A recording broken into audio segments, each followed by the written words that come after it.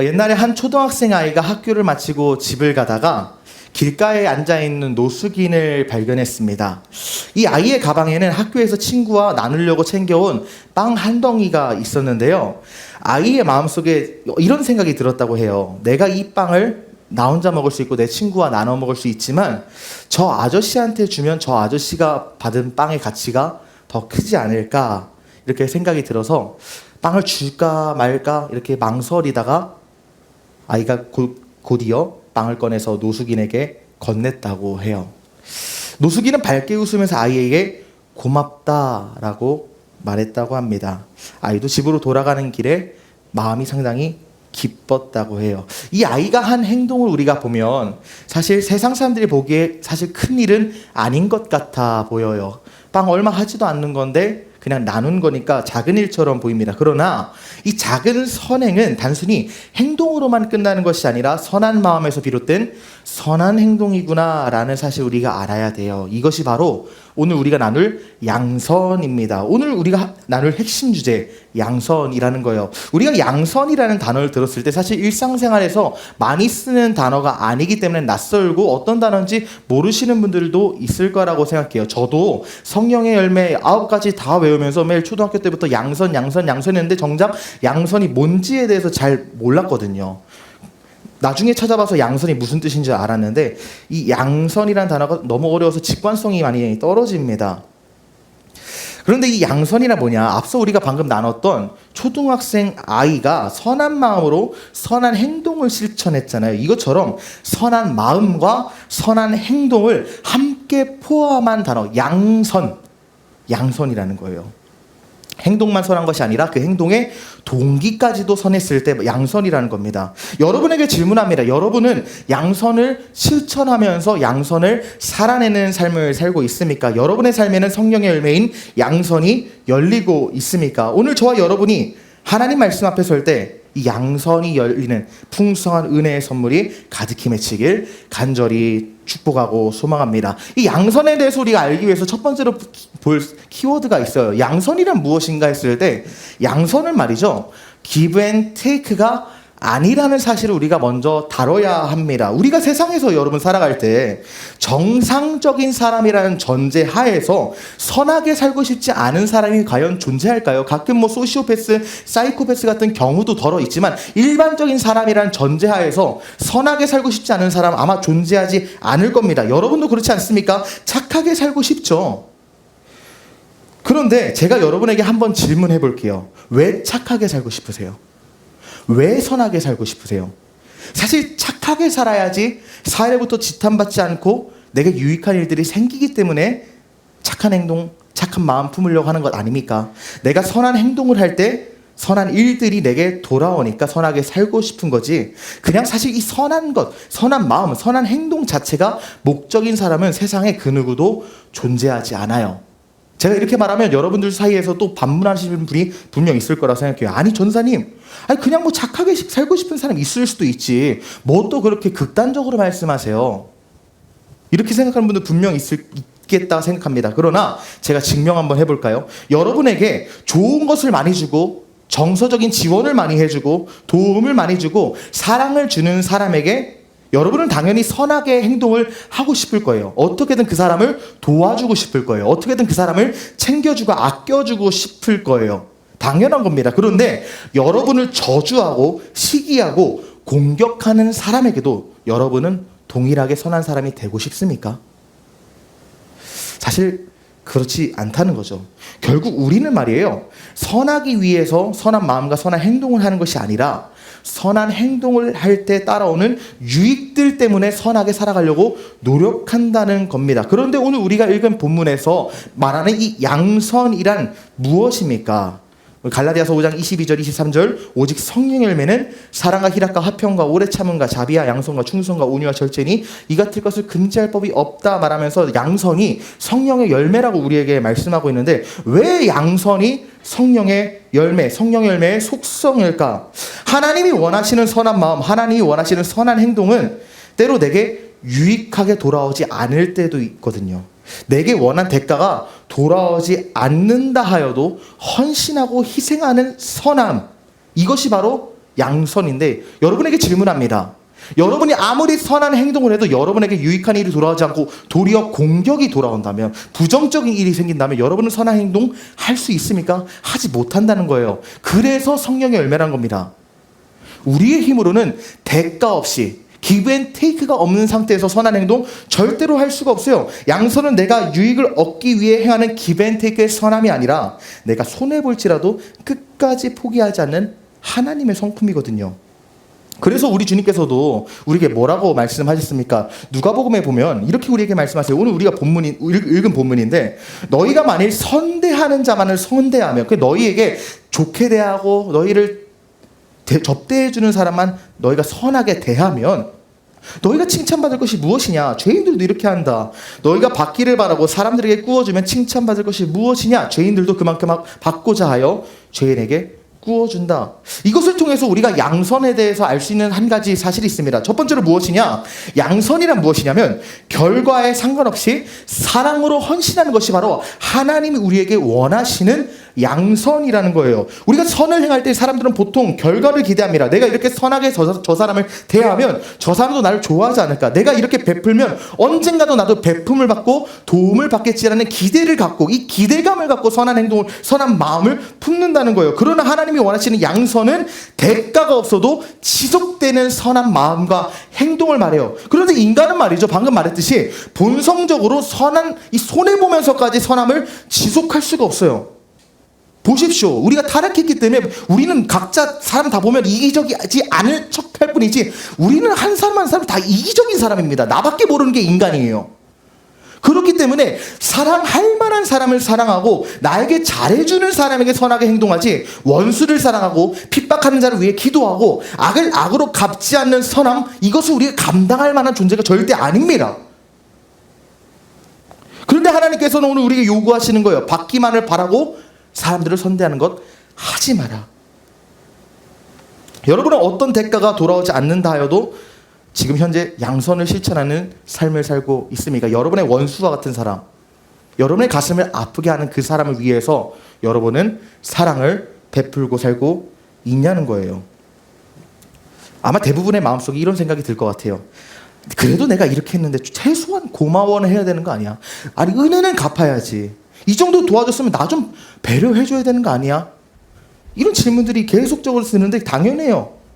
왜냐하면 우리의 왜곡되고 타락한 죄성이 말이에요, 갖고 있는 심리가 한 가지 있는데, 그것이 바로 보상심리예요. 보상심리.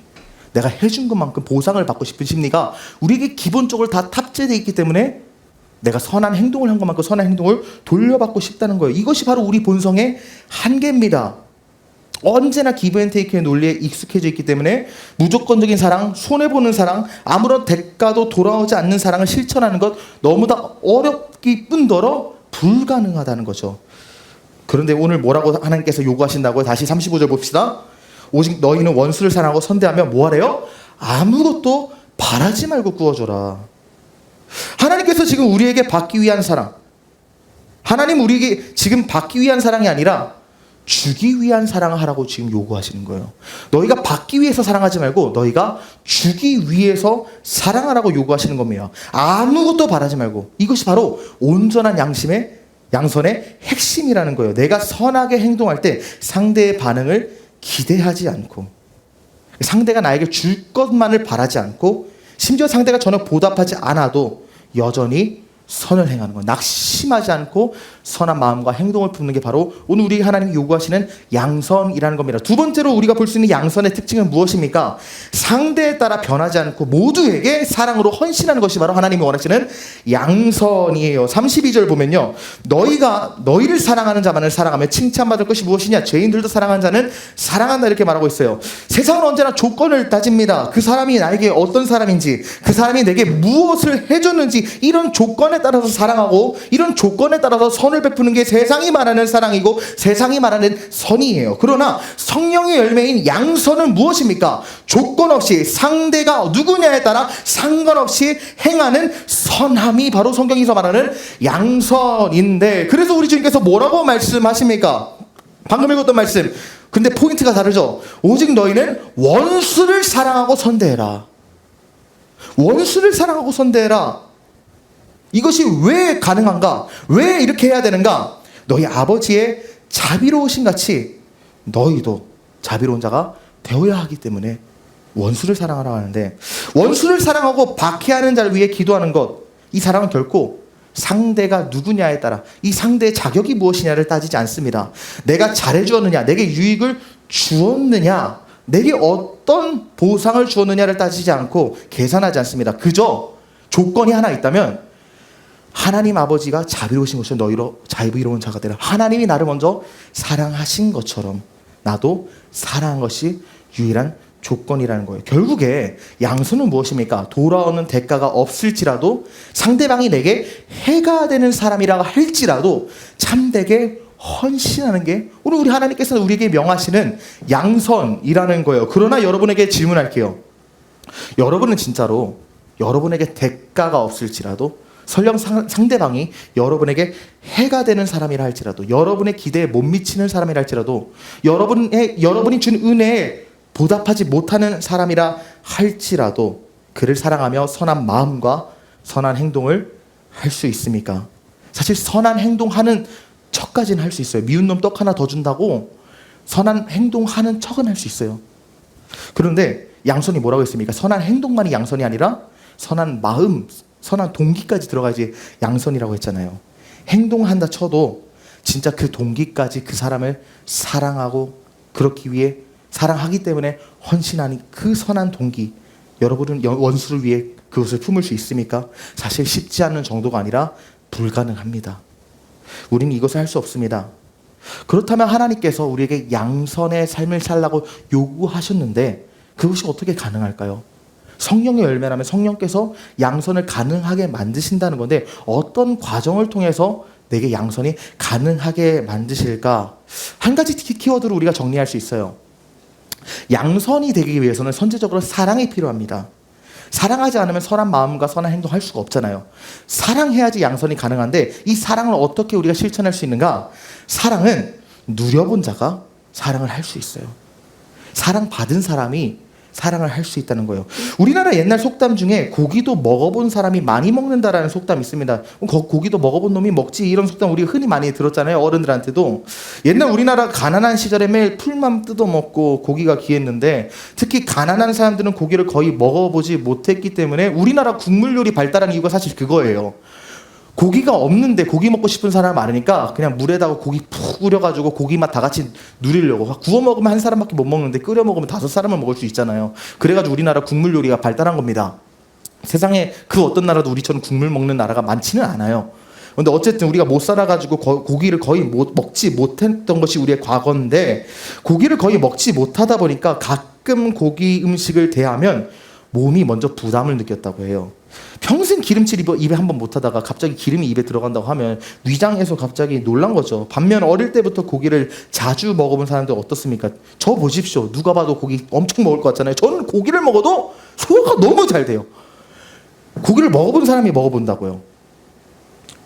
고기 음식이 나오면 꺼리낌 없이 잘 먹을 수 있는 거, 평소에 고기 잘 먹는 거예요. 이게 바로 무엇이냐? 경험의 차이입니다. 경험해본 사람이 그것을 실천할 수 있고 살아낼 수 있다는 거예요. 이 속담이 우리에게 주는 의미는 무엇입니까? 경험해본 사람이 더 자연스럽고 풍성하게 그것을 누릴 수 있다. 이것이 우리에게 뜻하는 바가 뭘까요?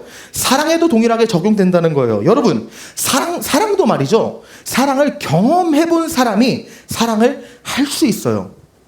사랑을 받아본 사람이 사랑을 베풀 수 있고요. 사랑을 누려본 사람이 사랑을 할 수 있습니다.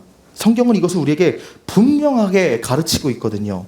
요한일서 4장 19장을 보면요, 하나님의 사랑에 대해서 설명해서 우리에게 이렇게 말합니다. 우리가 사랑하면 누가 먼저 우리를 사랑하셨다? 그가, 하나님이 우리를 먼저 사랑하셨기 때문에 우리가 먼저 사랑할 수 있는 거다. 우리가 누군가를 사랑할 수 있는 단 한 가지밖에 없습니다. 하나님께서 나를 먼저 사랑하셨기 때문에 그 사랑 안에서 우리가 자연스럽게 사랑할 수 있는 거예요. 우리 스스로는 결코 사랑할 수 없는 존재입니다. 그렇다면 여러분이 또 이런 질문을 할 수 있어요. 아니, 세상 사람들 다 보십시오. 예수 안 믿어도 연애도 잘하고, 예수 안 믿어도 결혼도 잘하고, 예수 안 믿어도 뭐 친구 관계도 다 잘 맺고 가족도 화목해 보이는데 어떻게 뭐 하나님 믿어야지 잘 사랑할 수 있다는 거냐, 이런 질문 들 수 있습니다. 그러나 여러분, 참으로 사랑하는 것은 하나님 안에 있을 때만 참으로 사랑할 수 있어요. 왜 그러냐 말이죠. 우리가 앞서 말했듯이 양선은 대가가 없다고 했잖아요. 하나님의 사랑도 대가가 없거든요. 그런데 말이죠. 세상에 있는 사랑은 대가가 따릅니다. 조건이 붙습니다. 그 조건을 충족하지 못했을 때 나는 사랑을 받지 못합니다. 이것이 세상의 사랑이에요. 연인관계 보십시오. 이성 간의 매력을 느껴서 남자와 여자가 만나서 사랑을 하잖아요. 그런데 그 매력 포인트가 사라진다고 해보십시오. 이성관계는 깨집니다. 친구관계 보십시오. 서로 정서가 통하고 가치관이 통하니까 만났는데 가치관이 어그러지면, 그 조건이 없어지면 우정은 무너집니다. 가족 간의 사랑에도 사실 조건이 있는 거 아세요? 혈육이라는 조건이 있어요. 혈육. 만약에 유전자가 다르다고 나오면, 사실 우리 엄마 아빠의 자녀가 아니라고 나온다면 언제부턴가 나를 색안경 끼고 보는 시선이 느껴지기 시작할 거예요. 조건이 붙어요. 세상의 사랑은 조건이 붙고요. 그 조건을 지키기 위해 안달난 게 세상의 사랑입니다. 사랑받지 못할 두려움에 쫓겨 사는 것이 바로 세상의 사랑인데, 하나님의 사랑은 어떻습니까? 그가 먼저 사랑하신 그분의 사랑 어떻습니까? 조건이 없어요. 조건 없는 그 사랑을 내가 누릴 때 나도 세상에서 비로소 조건 없는 사랑을 할 수 있는데, 이것을 비유하자면 어떤 것과 같냐? 이 조건 없는 사랑은 나 혼자 할 수 없는데 왜 하나님을 통해서만 이 조건 없는 사랑을 할 수 있냐? 마치 나무 땔감 한번 생각해 보세요. 나무 땔감에 여러분 아무리 기름을 붓는다고 생각해 보십시오. 아무리 휘발유를 부어도 그 땔감에 불씨를 붙이지 않는 이상 결코 장작은 불이 붙지 않습니다. 그런데 사랑도 마찬가지라는 거예요. 사랑은 우리 안에서 스스로 타오르는 불이 아니에요. 우리가 스스로 사랑할 수가 없어요. 마른 장작 같은 우리의 마음에 아무리 사랑하려고 내가 여러 가지 조건을 붓고 여러 가지 능력을 붓고 여러 가지 내가 사랑받기 위한 여러 가지 가치관을 부어도 사랑 절대 못 받습니다. 사랑 절대 못합니다. 하나님께서 먼저 사랑의 불꽃을 점화해 주셔야지 사랑이 가능한데, 다시 말해서요, 나에게 어떠한 대가도 요구하지 않고 부어주시는 하나님의 사랑을 깊이 경험하고 누린 사람이 남을 향해서 조건 없이 희생하고 원수까지 사랑하는 그 사랑을 경험하고 체험할 수 있다는 거예요. 그렇기 때문에 여러분, 이 사랑이라는 건 말이에요, 억지로 만들어낸 감정이나 의지나 도파민이나 호르몬 작용이 아니라 하나님의 사랑을 경험하고 그 사랑에 감격할 때만 가능한 성령의 선물입니다. 제가 예전에 거의 한 2년 된 것 같은데 사역하면서 진짜 큰 어려움을 겪고 있었을 때가 있었어요. 그때 어떤 어려움이 있었냐면, 2년 전에 교회에서 모함을 당하고 억울하게 욕을 먹었던 시즌이 있었어요. 저 아무것도 잘못한 게 없는데. 그래도 교역자는 영혼을 사랑해야 되니까 그분을 사랑해야 되는데, 솔직히 제 마음이 그게 되겠습니까? 저도 사람인데 안 되죠. 그리고 지금보다 더 미성숙했을 텐데 더 안 되죠. 그분을 저주하고 싶은 마음이 여기 목 끝까지 차오르더라고요. 그래도 내가 교역자인데 양심 때문에 저주를 못 하겠고, 그런 때가 있었어요. 그래서 너무 마음이 힘들고 너무 마음이 침체가 되니까 어느 날에 이제 저희 김동훈 총목사님하고 대화할 일이 있어서 그때 상담을 했어요. 대화를 했는데 그때 제가 드렸던 질문이 뭐였냐면, 목사님, 제가 사역하면서 이제 그때 당시 1년 좀 넘었으니까 1년 좀 넘게 사역하면서 이 사역적인 스킬이나 업무 능력 같은 거는 지금도 좀 부족해도 시간이 지날수록 좀 괜찮아지는 게 저조차도 좀 스스로 느껴지는데, 한 가지 사역하면서 계속 해결이 안 되는 문제가 있습니다. 그게 뭐냐면 사랑을 못 하겠어요. 내 직분은 사랑하라고 부르심 받은 직분인데, 목사님 사랑이 안 돼요. 미치겠어요. 그 사람 이해가 안 돼요. 목사님 끝까지 듣다가 제게 하시는 말씀이 뭐였냐면, 전도사님, 사실 그거 전도사님 아무리 노력해도 안 되는 거 알아? 사실 이 사랑이라는 게 십자가 통과하지 않으면 사랑할 수 있는 사람 세상에 존재하지 않아. 근데 전도사님 진짜 신기한 게, 십자가를 통과만 하잖아. 그러면 사랑하지 못할 사람도 존재하지 않아. 그 과정이 물론 뼈를 깎는 고통으로 다가오겠지만 십자가 앞에 나아가면 돼. 사랑하는 청년 여러분, 결국 우리가 사랑할 수 있는 비결은 한 가지밖에 없어요. 사랑받을 자격이 전혀 없는 나를 끝까지 사랑하신 예수 그리스도를 기억할 때만이 우리는 진정한 사랑을 품고 진정한 사랑을 할 수 있어요. 용서받을 수 없는 죄인인 나를 위하여 자기 목숨을 내어주신 우리 예수님의 크신 사랑을 깊이 묵상하고 기억할 때 내게는 더 이상 사랑하지 못할 사람, 섬기지 못할 사람, 품지 못할 사람이 존재하지 않습니다. 그렇기 때문에 우리가 참된 사랑을 하기 위해서 가장 먼저 해야 되는 것은 무엇이냐면요, 참된 사랑을 누리는 거예요. 참된 사랑을 주는 삶은 말이죠, 먼저 참된 사랑을 받는 것에서 시작된다는 거예요. 사랑도 누려본 자가 할 줄 압니다. 그렇다면 이것을 성경에서는 우리에게 어떻게 도전하고 있을까요? 에베소서에서 우리에게 이렇게 도전합니다. 그러므로 사랑을 받는 자녀같이 너희는 하나님을 본받는 자가 되고 그리스도께서 너희를 사랑하신 것 같이 너희도 사랑 가운데서 행하라. 그리스도께서 너희를 사랑하신 것처럼 우리도 행하라. 그렇다면 이것이 어떻게 하나님의 사랑을 누리는 방법인가? 그리스도께서 너희를 사랑하신 것 같이 너희도 사랑하라. 그리스도께서 나를 어떻게 사랑하셨는지를 알면 되는 거예요. 그리스도께서 나를 어떻게 사랑하셨는지를 알고 그것에 감격해서 나도 그렇게 사랑하면 되는 겁니다. 그리스도께서 나를 어떻게 사랑하셨나요? 첫 번째입니다. 믿을 수 없어도 나를 믿으셨어요. 우리에게 요구하신 게 뭡니까? 믿을 수 없어도 믿어야 합니다. 사랑에는 말이죠, 반드시 믿음이 필요해요. 누군가를 사랑해야 한다는 것은 그 사람을 신뢰한다는 말입니다. 물론 우리는 모두 사람에 대한 실망을 각자 경험했습니다. 세상에는 실망하는 일들이 너무도 많거든요. 배신도 경험할 수 있고요. 내가 기대한 만큼 돌아오지 않을 때도 있고요. 내가 베푼 만큼 사랑이 돌아오지 않고 무너질 때도 많습니다. 그래서 많은 사람들은 실망하기 싫어서 아예 그 사람 믿기 자체를 거부해요. 믿지 않으면 덜 아프다, 이런 마음으로 스스로를 지키려고 방어기제를 만들고 외면한다는 거죠.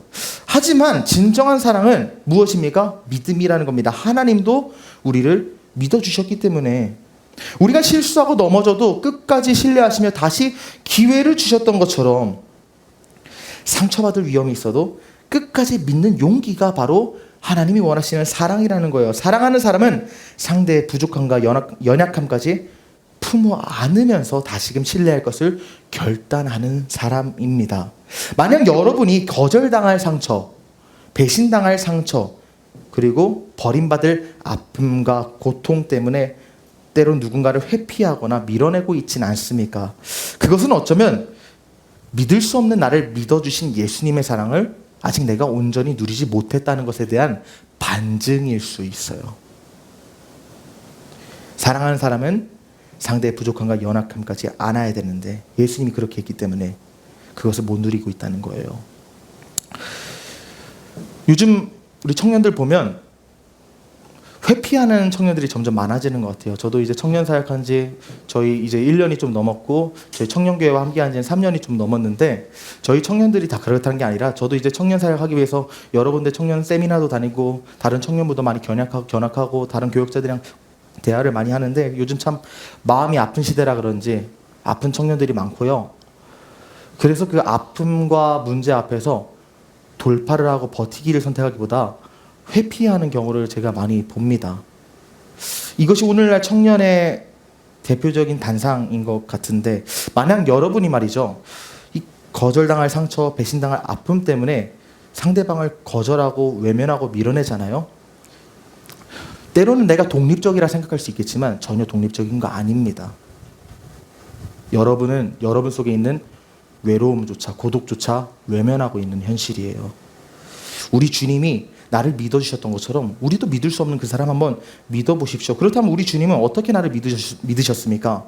요한복음 21장에 베드로가 주님을 3번 부인한 장면을 한번 생각해 보세요. 사실 베드로는 인간적으로 보면 더 이상 신뢰받을 자격이 없는 사람이에요. 예수님과 마지막 시간에 진짜로 비겁하게 주님을 3번이나 부인했잖아요. 도망쳤잖아요. 예수님 버렸잖아요. 내가 예수님 수제자라고 지가 말하고 다니고, 지가 라고 하면 안 되지. 2000년 형님인데. 천국 가면 어색하게. 베드로 형님이 좀 찌질했단 말이에요.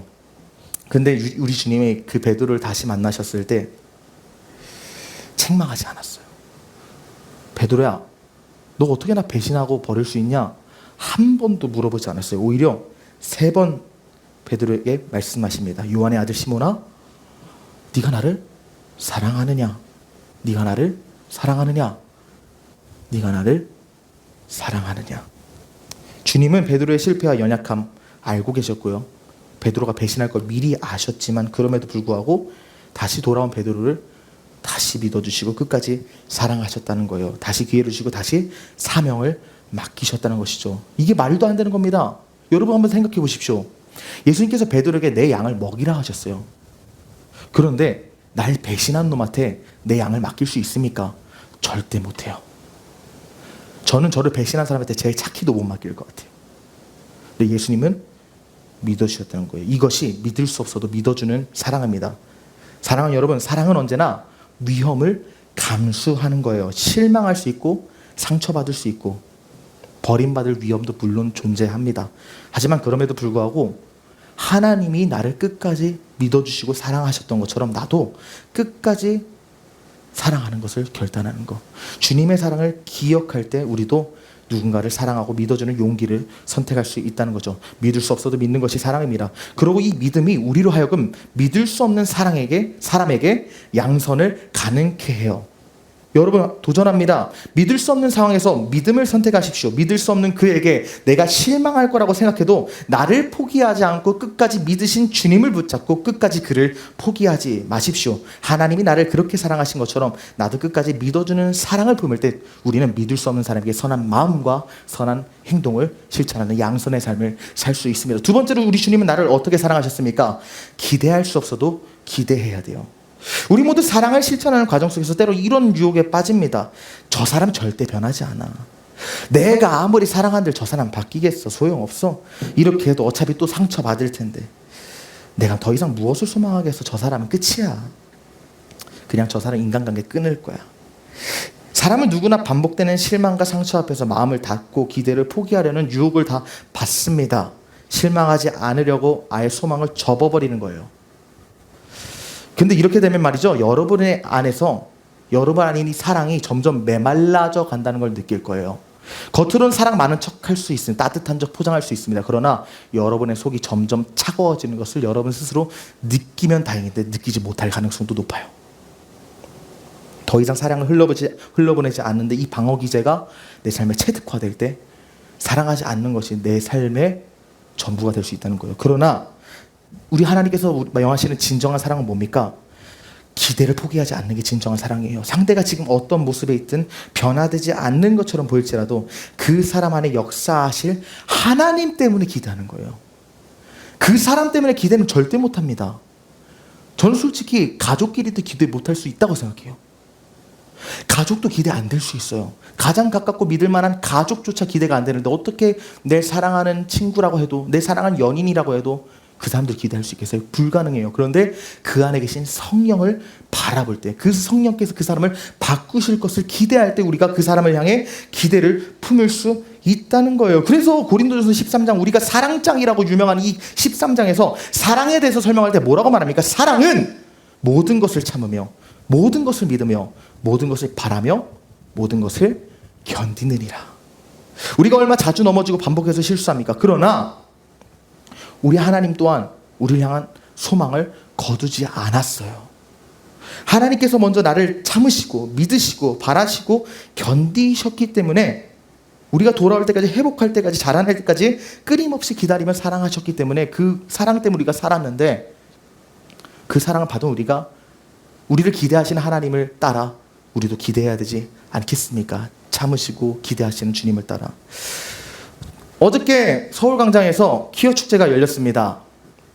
퀴어축제가 열려서 사실 반성경적이고 비성경적이고 반복음적인 여러 가지 문화가 서울광장에서 펼쳐졌는데 예전에는 저는 이제 교육자로서 동성애 어쨌든 반대하니까 동성애에 대해서 안 좋은 생각만 했었는데 어제 딱 그런 생각이 들더라고요. 예전에는 하나님께서 그냥 이 시대에 빨리 심판하고 싹 쓸어버리고 천국 가면 좋겠다는 생각을 예전에는 했었는데요. 어제 소름이 돋으면서 어떤 생각이 들었냐면 와, 하나님께서 저 퀴어 축제까지 견디고 참으시고 저 사람들이 변화될 것을 기대하실 만큼 인자하시고 오래 참으시기 때문에 내가 구원을 받았더라고요. 나도 똑같은 죄인이더라고요. 내가 누구 정죄할 게 없더라고요. 하나님이 나를 기대하신 그 사랑을 누려보십시오. 나도 그 누군가를 기대할 수 있습니다. 요한복음 15장에 보면 탕자의 아버지 보십시오. 탕자를 잃어버렸는데 아들이 먼 나라로 떠나 방탕하게 살고 모든 것을 잃어버렸음에도 불구하고 아버지는 무엇을 합니까? 매일 문 밖에 서서 그 아들이 돌아오기를 기대하고 갈망했어요. 그리고 아들이 돌아왔을 때 그 아들이 떠난 것을 책망하기보다 먼저 달려가 안아주고 사랑으로 덮어줬습니다. 여기서 우리가 볼 수 있습니다. 사랑은 소망을 포기하지 않고 기대하는 거예요. 내가 아닌 하나님께 소망을 두고 끝까지 바라보고 기대하는 것이 바로 하나님이 명하시고 요구하시는 사랑입니다. 상대가 변화되지 않고 더뎌 보일지라도 오히려 더 멀어지는 것 같이 보일지라도 하나님의 때를 소망하고 기다리는 용기가 바로 하나님이 요구하시는 사랑이다. 기대할 수 없어 보여도 기대하는 것이 바로 사랑이라는 것이죠. 이 기대하는 사랑이 바로 양선을 가능하게 합니다. 양선은 상대방이 변화했기 때문에 베푸는 사랑, 선함이 아니라 상대가 여전히 내 기대에 미치지 못하는 사람이지만 그럼에도 불구하고 그 상대를 변화시키실 하나님을 바라보면서 선을 행하는 하나님의 성품이에요. 하나님의 양선은 항상 기대와 함께 갑니다. 그래서 갈라디아서 6장 9절에 우리에게 뭐라고 말씀하십니까? 우리가 선을 행하되, 우리가 오늘 부른 찬양인데 선을 행하되 낙심하지 말지니 포기하지 아니하면 어떻게 됩니까? 때가 이름에 거둔다. 지금은 내가 아무리 양선을 행해도 변화가 없어 보입니다. 그러나 때가 이름에 거둔다는 확신을 갖고 그 기대로 선을 행하라는 거예요. 사랑하는 여러분, 내 사랑이 아무런 변화를 만들어내지 않는 것처럼 보일지라도 낙심하지 마십시오. 내가 베푼 선함이 아무런 결실도 없는 것 같아 보여도 포기하지 마십시오. 내가 보지 못하는 시간에도 하나님은 분명히 역사하십니다. 그러나 우리 무엇입니까? 우리 첫 번째, 믿을 수 없어도 믿고 기대할 수도 없어도 기대하는 거 상당히 우리 가슴 아프게 만들어요. 힘들어요. 불가능해요. 뼈를 깎는 고통이에요. 그래서 주님을 기억해야 된다는 거예요.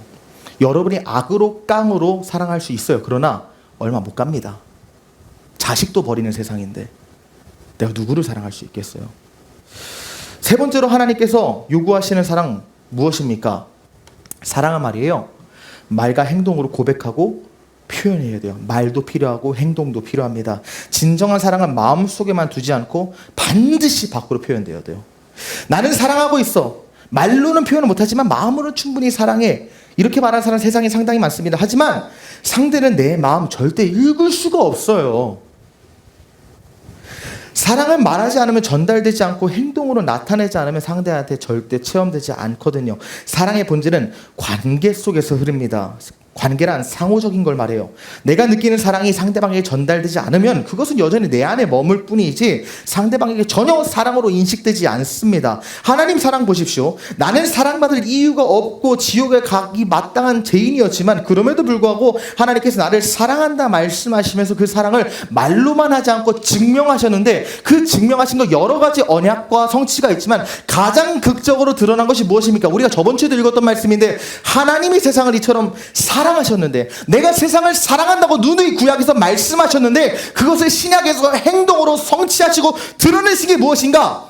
독생자를 주셨으니 내가 너희를 사랑한다 말로만 하신 게 아니라 내가 너희를 사랑하기 때문에 하나밖에 없는 아들을 내가 너에게 주었다. 하나님이 우리를 사랑하시면 그분의 말씀과 십자가라는 구체적인 희생을 통해서 증명이 됐어요. 사랑은 말이죠, 여러분, 매우 구체적입니다. 두루뭉실하지 않아요. 감성이 아니에요. 감정만이 아니에요. 우리가 받은 사랑을 말과 행동으로 표현해야 돼요. 그 사랑을 받은 내가, 그 한량없는 사랑을 표현받은 내가, 그 하나님의 사랑을 내가 말과 행동으로 받은 나도 그 사랑에 감격할 때 나도 비로소 사랑을 고백하고 표현할 수 있는 거예요. 그렇기 때문에 여러분에게 먼저 도전합니다. 먼저 여러분의 사랑을 말로 고백하십시오. 누구에게 고백합니까? 하나님에게 고백하고 여러분 곁에 있는 모든 이에게 사랑을 말로 고백하십시오. 사랑한다는 말을 자주 꺼내고 칭찬과 격려의 말을 전하고 상대를 향해 감사의 마음을 표현하는 것이 바로 사랑의 고백입니다. 말 한마디가 때로는 큰 위로와 용기를 주고 말 한마디가 천냥빚도 갚는다고 하는데 하나님께서 이런 사랑을 성경에서 수도 없이 우리에게 말씀하셨잖아요. 내가 너를 사랑한다. 내가 너를 불렀다. 내가 너를 붙잡고 있다. 내가 너를 영원한 사랑으로 사랑한다. 누누이 말씀하지 않으셨습니까? 하나님이 나를 사랑한다고 말씀하지 않으시면 우리는 하나님의 사랑 인식할 수도 없는데, 그분이 나를 사랑한다고 말씀하셨기 때문에 인식하셨던 것처럼, 했던 것처럼 여러분도 하나님을 향해 사랑을 고백하십시오. 하나님이 보내신 모든 이들을 향해 사랑을 고백하십시오. 그때 여러분에게 사랑이 풍성해지고 그 사랑을 통해 풍성한 열매가 맺힙니다. 또 헌신과 희생으로 사랑을 고백하십시오. 표현하십시오. 사랑은 말로만 머물지 않고 행동으로 증명됩니다. 그래서 성경에서 우리가 뭐라고 말해요? 사랑하는 자들아, 우리가 말과 혀로만 하지 않고 행함과 진실함으로 사랑하라고 말하지 않습니까? 행함과 진실함이 없는 말과 행동은 거짓이라는 거예요. 사랑은 희생이 따릅니다. 사랑은 헌신이 따릅니다. 상대의 필요를 알아채주고 작은 일에도 손을 내밀어주고 때로는 희생하며 상대를 세워주는 것이, 이게 실질적인 사랑의 고백이라는 거예요. 표현하지 않는 사랑은 말이죠, 시간이 지날수록 식어버립니다. 그러나 이 표현하는 사랑은 말이죠, 계속 자라고 깊어지고 관계를 건강하게 세워나가요. 사랑은 감정으로만 간직하는 게 아니라 고백으로 드러내고 섬김으로 실천하는 거예요. 그리고 이 고백과 섬김을 통한 사랑의 표현이 비로소 양선을 가능하게 만듭니다. 사람은 말이죠, 우리 모두는 말이죠, 사랑을 받을 때만 변화된다는 사실 아세요? 부모님이 아무리 여러분 혼내보십시오, 잔소리만 해보십시오, 여러분은 더 튕겨나갔을 거예요, 어린 시절에. 하지만 부모님이 여러분이 아무리 잔소리를 하고 아무리 뭐라 하셔도 그분 안에 사랑이 있는 것을 내가 알기 때문에, 나를 사랑한다고 말하는 것을 내가 눈이 들었기 때문에 그 잔소리가 지금은 듣기 싫어도 나중에 사랑으로 인식된 거 아닙니까? 사람은 꾸지람으로 변화되지 않습니다. 사랑으로 변화됩니다. 아무리 부족하고 연약한 사람이라도 지속적으로 사랑을 받고 그 사랑의 말과 행동으로 꾸준히 표현받을 때 말이죠, 마음이 열리고 관계가 회복되고 점차 선함으로 반응하게 돼요. 사랑의 표현은 상대의 내면 깊은 곳에 있는 불신과 상처를 치유하기 때문이에요. 사랑받고 있다는 확신을 줄 때 그 사랑이 비로소 그 사람 안에 있는 두려움을 내려놓고 변화될 수 있는 용기를 준다는 겁니다. 사랑의 표현은 상대의 내면 깊은 곳에 있는 불신과 상처를 치유합니다. 결국 사랑의 표현이라 말로 상대가 변화되는 통로가 되고 그 사랑의 결과로 나타나는 것이 바로 성령 열매인 양선이라는 거예요. 그러므로 사랑하는 여러분, 여러분에게 도전합니다. 반드시 여러분의 사랑을 표현하십시오. 여러분의 부모님, 여러분의 가족, 여러분의 친척, 여러분의 이웃, 여러분의 친구, 여러분의 직장 동료, 여러분의 교회 이 친구들, 여러분의 연인들, 그 모든 이들에게 여러분의 사랑을 적극적으로 표현하십시오. 그때 말이죠, 상태가 변화되는 것을 여러분 체험할 것입니다. 그리고 그 가운데 관계가 회복되고 깊어질 거예요. 결국에 말이죠, 그 관계가 회복되는 것을 통해서 나 또한 변화됩니다. 내가 사랑을 표현하니까, 내게 사랑이 임하고 그 사랑을 양선을 실천하니까 관계가 회복되고, 관계가 회복되니까 나까지 회복된다고요. 사랑을 적극적으로 표현하십시오. 결론적으로 이 사랑이 양선을 가능케 합니다. 사랑하는 여러분, 결국 사랑이란 하나님의 사랑을 깊이 누린 데서 시작하고, 믿을 수 없는 나를 믿어주신 그리스도의 사랑을 기억하고, 믿을 수 없는 그 사람을 믿어주는 용기를 가질 때 사랑이 시작되고요. 기대할 수 없는 나를 포기하지 않으신 주님의 소망을 기억할 때 기대할 수 없는 그 사람 향해서 기대를 품게 되고요. 사랑받을 수 없는 나를 위하여 목숨을 주신 주님의 사랑을 기억할 때 사랑받을 자격 없는 그에게 사랑을 표현할 수 있습니다. 특별히 사랑의 표현, 제가 여러분에게 도전한 것, 사랑받을 만한 자에게만 표현하지 마시고 여러분 관계 깨진 사람도 있죠. 그 사람한테 사랑을 한번 표현해 보세요. 처음에는 힘들 수 있어요. 싸우고 외면하는 가족이 될 수도 있고 친구가 될 수도 있는데 그 사람한테 먼저 다가가서 사랑을 표현해 보세요. 처음에 큰 변화가 없을지언정 점차 그 사람의 마음이 열리고 관계가 회복되는 것을 경험하게 될 겁니다. 여러분 정말로 나도 미워하는 마음이 있기 때문에 그 사람에게 사랑을 표현하고 싶지 않겠죠. 하지만 십자가에 내 정욕을 못 받고 한번 표현해 보십시오. 그때 관계가 변화되고 내 삶이 변화됩니다. 그 과정을 통해서 우리는 어떤 결과를 맞이합니까? 나의 양선을 통해 세상이 주님을 보게 됩니다. 이것이 바로 제가 예전에 말했던 등대가 되는 삶이에요. 어두운 세상 바다에 등대가 되는 삶이 바로 나의 양선을 통해 세상을 주님을 보는 삶입니다. 우리가 하나님의 사랑 깊이 누릴 때 그 사랑은 결국 양선이라는 열매로 나타나게 되는데 이 양선을 통해서 세상이 우리 안에 계신 주 예수 그리스도를 보게 된다는 거예요. 마태복음 5장 16절에서 우리 이렇게 말하고 있거든요. 이같이 너희 빛이 사람 앞에 비치게 하여 그들로 너희 착한 행실을 보고 하늘에 계신 너희 아버지께 영광을 돌리게 하라 이렇게 말합니다. 주님께서는 우리의 착한 행실을 통해서 사람들이 하나님께 영광을 돌리게 하라고 명하세요. 이것이 바로 우리의 양 양선이 세상에서 가지는 중요한 역할입니다. 그래서 우리가 첫 번째로 볼 수 있는 거, 양선은 어떤 역할을 하는가? 양선이 바로 복음의 통로가 된다는 사실을 기억해야 돼요. 종교개혁자 칼빈은 말이죠, 이 양선에 대해서 설명하면서 어떻게 말하는가? 교회의 가장 위대한 설교는 무엇인가? 교회에서 선포된 가장 위대한 설교는 무엇인가? 뭐라고 생각하십니까? 제가 이 강단에서 할 수 있는 가장 위대한 위대한 설교는 무엇입니까? 말 번지르르게 하는 걸까요? 아니에요. 칼빈은 말합니다. 교회의 가장 위대한 설교는 성도의 거룩한 삶이다. 삶으로 말씀을 살아내는 것이 가장 중요하다는 거예요. 성도들의 양선, 그리스도인의 양선은 복음의 능력을 세상 가운데 선포하는 가장 강력한 증거가 된다는 거예요. 오늘날 세상은 말뿐인 세상입니다.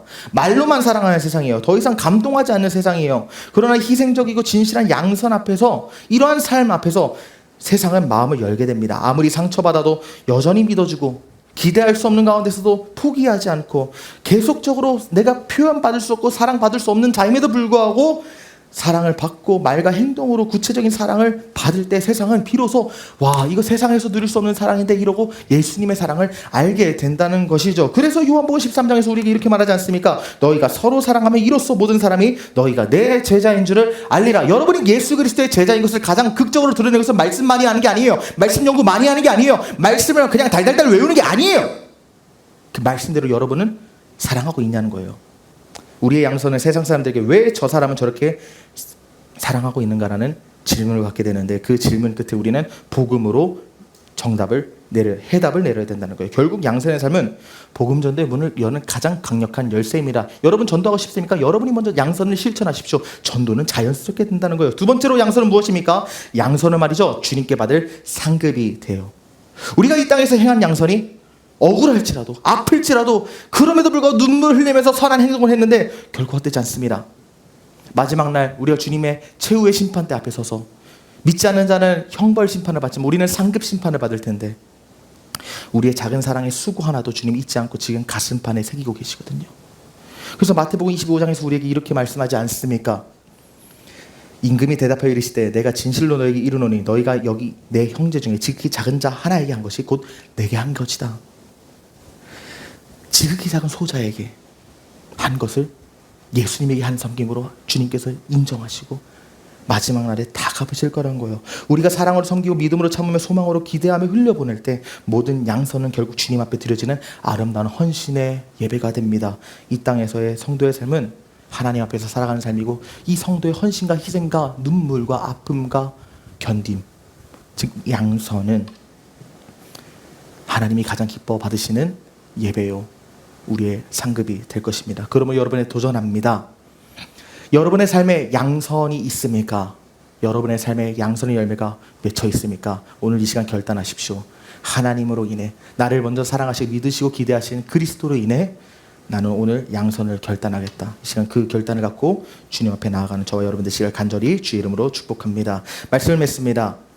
오늘 우리는 성령의 열매의 속성 중 하나인 양선에 대해서 함께 나눴습니다. 세상은 언제나 기브 앤 테이크의 논리로 살아가요. 선하게 행동하는 이유도 결국 내게 돌아올 유익을 기대하기 때문입니다. 그러나 하나님이 원하시는 양선은 다릅니다. 대가 없이 손해볼지라도 상대가 누구이든 변화없이 베푸는 선함이 바로 성령의 열매로서의 양선이에요. 우리는 이런 양선을 스스로 실천할 수가 없습니다. 스스로 우리가 맺힐 수 없습니다. 그러나 사랑을 누려본 자는 사랑을 할 수 있듯이 하나님의 크신 사랑을 누릴 때 우리는 그 사랑으로 인해 양선이 가능합니다. 사랑받을 자격 없는 나를 위해 십자가에서 자신의 생명까지 내어주신 예수 그리스도의 크신 사랑을 깊이 경험하십시오. 그때 우리의 사랑이 우리를 변화시키고, 우리로 하여금 믿을 수 없는 사람을 변화시키고, 기대할 수 없는 사랑을 기대하게 만들고, 말할 수 없어도 사랑을 고백하고 섬기게 만들 것입니다. 결국 대가 없이 헌신한 양선이란 무엇입니까? 대가 없이 내가 희생하고 섬기는 이 양선은 무엇입니까? 사랑을 받은 자가 사랑을 흘려보내는 삶입니다. 하나님께서 아무런 대가 없이 유익도 없이 우리를 사랑하신 것처럼 이제는 우리도 아무 대가 유익이 없을지라도 헌신하고 희생하고 섬기는 사랑을 표현하는 것이 바로 우리가 살아내야 되는 양선의 삶이라는 거예요. 사랑하는 청년 여러분, 혹 여러분의 삶에도 대가 없는 헌신을 요구하는 관계가 있습니까? 내가 상처받고, 내가 버림받고, 내가 기대에 충족하지 못하는 상황이라 할지라도 오늘 하나님께서 양선을 실천하라 명하시는 관계가 존재합니까?